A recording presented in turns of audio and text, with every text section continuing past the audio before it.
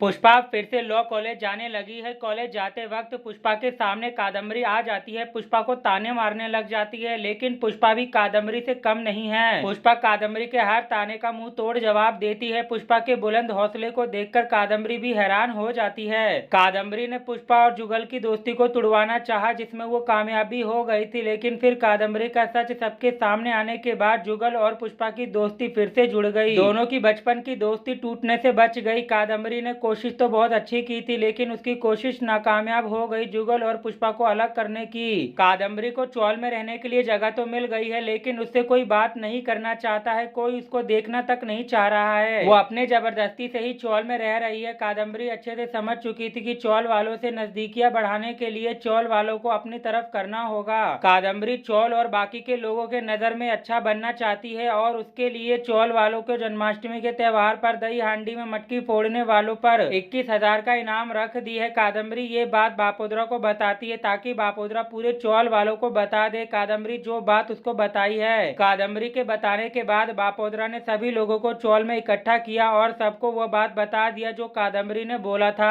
जैसे ही बापोद्रा ने सबको बताया कि दही हांडी की मटकी को फोड़ने वाले को कादम्बरी 21,000 रुपए देगी, वैसे ही सभी लोगों ने मना कर दिया। सबने बोला कि हमें नहीं चाहिए कादम्बरी के पैसे, हमें उससे कोई मतलब नहीं है। कादम्बरी के पैसे लेने से सबने मना कर दिया। सबके मना करने के बाद कादम्बरी ने अपना दिमाग चलाया और सबको बोली कि जब दिलीप जैसे आदमी की गलतियों को भुलाकर उसे माफ किया जा सकता है तो मुझे क्यों नहीं माफ किया जा सकता। बादशाह और उसके भाइयों को भी तो माफ कर दिया गया था, तो मुझे क्यों नहीं। मेरी गलती तो दिलीप और बादशाह के भाइयों से छोटी है, तो मुझे भी एक मौका मिलना चाहिए। कादम्बरी ने ये बात बोलकर सबको शांत करवा दिया और सबको ये सोचने पर मजबूर कर दिया कि एक मौका तो मिलना ही चाहिए। कादम्बरी के साथ सब कुछ अच्छा होगा, लेकिन अपना चाल चलना वो नहीं छोड़ रही है। पुष्पा के पीछे पड़ी हुई है। पुष्पा के पीछे पड़ने पर उसको सिला मिल चुका, लेकिन इसके बावजूद भी वो नहीं सुधर रही है, अपनी चाल से बाज नहीं आ रही है। कादम्बरी पुष्पा के पीछे पड़ी हुई है, लेकिन पुष्पा को कादम्बरी से कोई लेना देना नहीं है। नैना प्रोफेसर को उल्टा सीधा बोलकर क्लासरूम से बाहर जा रही थी, तभी पुष्पा आ जाती है और नैना के सामने खड़ी हो जाती है। फिर पुष्पा नैना को बहुत अच्छा सबक सिखाती है। उसने जो कुछ भी प्रोफेसर को बोला था उसको करारा जवाब देती है और उसका मुंह बंद करवा देती है।